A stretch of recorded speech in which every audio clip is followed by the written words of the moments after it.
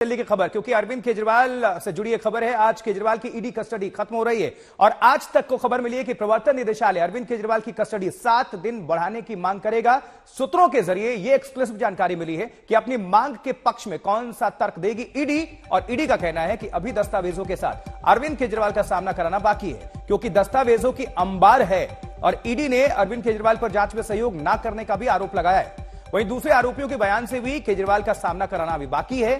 अरविंद केजरीवाल से यह जानना बाकी है कि कैसे रिश्वत का आदान प्रदान हुआ, मनी ट्रेल जो भी हुआ, इसमें रिश्वत का लेन देन हुआ तो वो कैसे हुआ, किस आधार पर कौन कौन लोग और शामिल थे, यानी कि दस्तावेजों का अंबार लगा हुआ है। इसी के तहत ईडी जो है ये दस्तावेजों के मुताबिक ये कस्टडी की और रिमांड की मांग करेगी। चलिए, अरविंद ओझा जुड़ चुके हैं हमारे साथ, हमारे सहयोगी। अरविंद, इस मामले में अभी आपके पास क्या जानकारी है? केजरीवाल की जो 7 दिनों की कस्टडी मांग सकती है ईडी, जो सूत्र बता रहे हैं, ये कितना पुख्ता?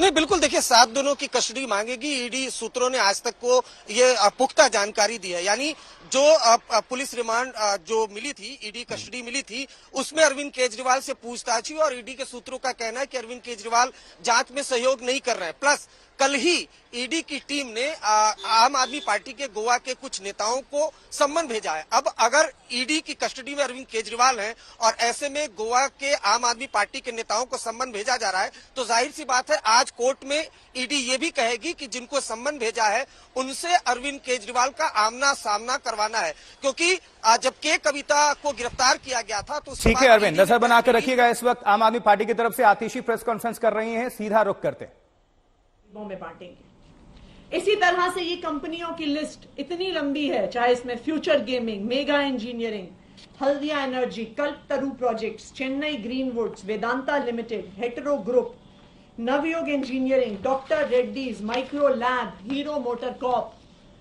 बहुत लंबी ऐसी लिस्ट है उन कंपनियों की जहां पर आईटी के छापे पड़े, सीबीआई के छापे पड़े, ईडी के छापे पड़े और फिर भ्रष्टाचार का पैसा भारतीय जनता पार्टी में गया।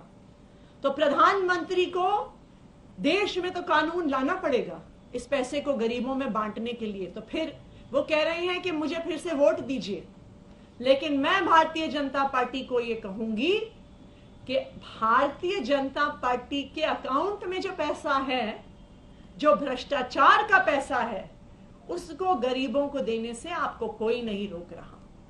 आज आप घोषणा करिए कि भ्रष्टाचार का पैसा भारतीय जनता पार्टी द्वारा चुनाव में नहीं इस्तेमाल होगा और उस पैसे को हम देश के गरीबों में बांटेंगे। Thank you.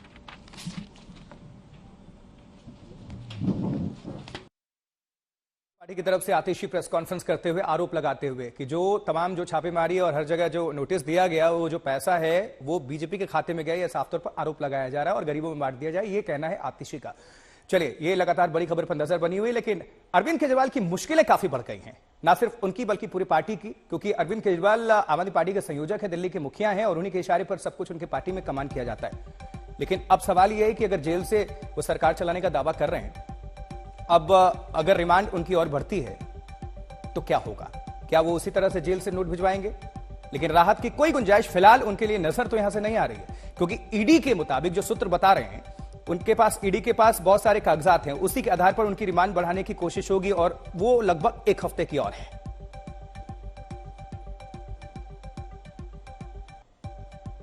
ईडी ने पिछले 2 साल में 250 से ज्यादा रेड मार लिए।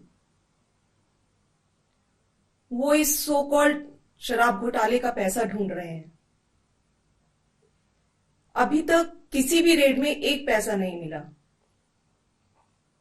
मनीष जी के यहां रेड मारी, संजय सिंह जी के यहां रेड मारी, सत्येंद्र जैन जी के यहां रेड मारी, 1 भी पैसा नहीं मिला। हमारे यहां रेड मारी, मात्र 73,000 रुपए मिले। तो वो इस सो कॉल्ड शराब घोटाले का पैसा है कहां? अरविंद जी ने कहा है कि इसका खुलासा वे 28 मार्च को कोर्ट के सामने करेंगे। वो पुराना शेर है ना, तू इधर उधर की बात ना कर, तू बता कि कारवां क्यों लुटा। मुझे रहजनों की फिक्र की गरज नहीं, तेरी रहबरी का सवाल है। रहबरी मतलब आपकी लीडरशिप का, किस तरह के लीडर है आप, किस तरह के मुख्यमंत्री हैं आप कि आप दिल्ली वासियों का पैसा बाकायदा लूट रहे हैं, इस्तेमाल कर रहे हैं। जो पैसा राजस्व में आ सकता था, जिससे लोगों का भला होता, वो आपने किकबैक्स के लिए इस्तेमाल कर लिया, उसमें आपने मुनाफाखोरी कर ली।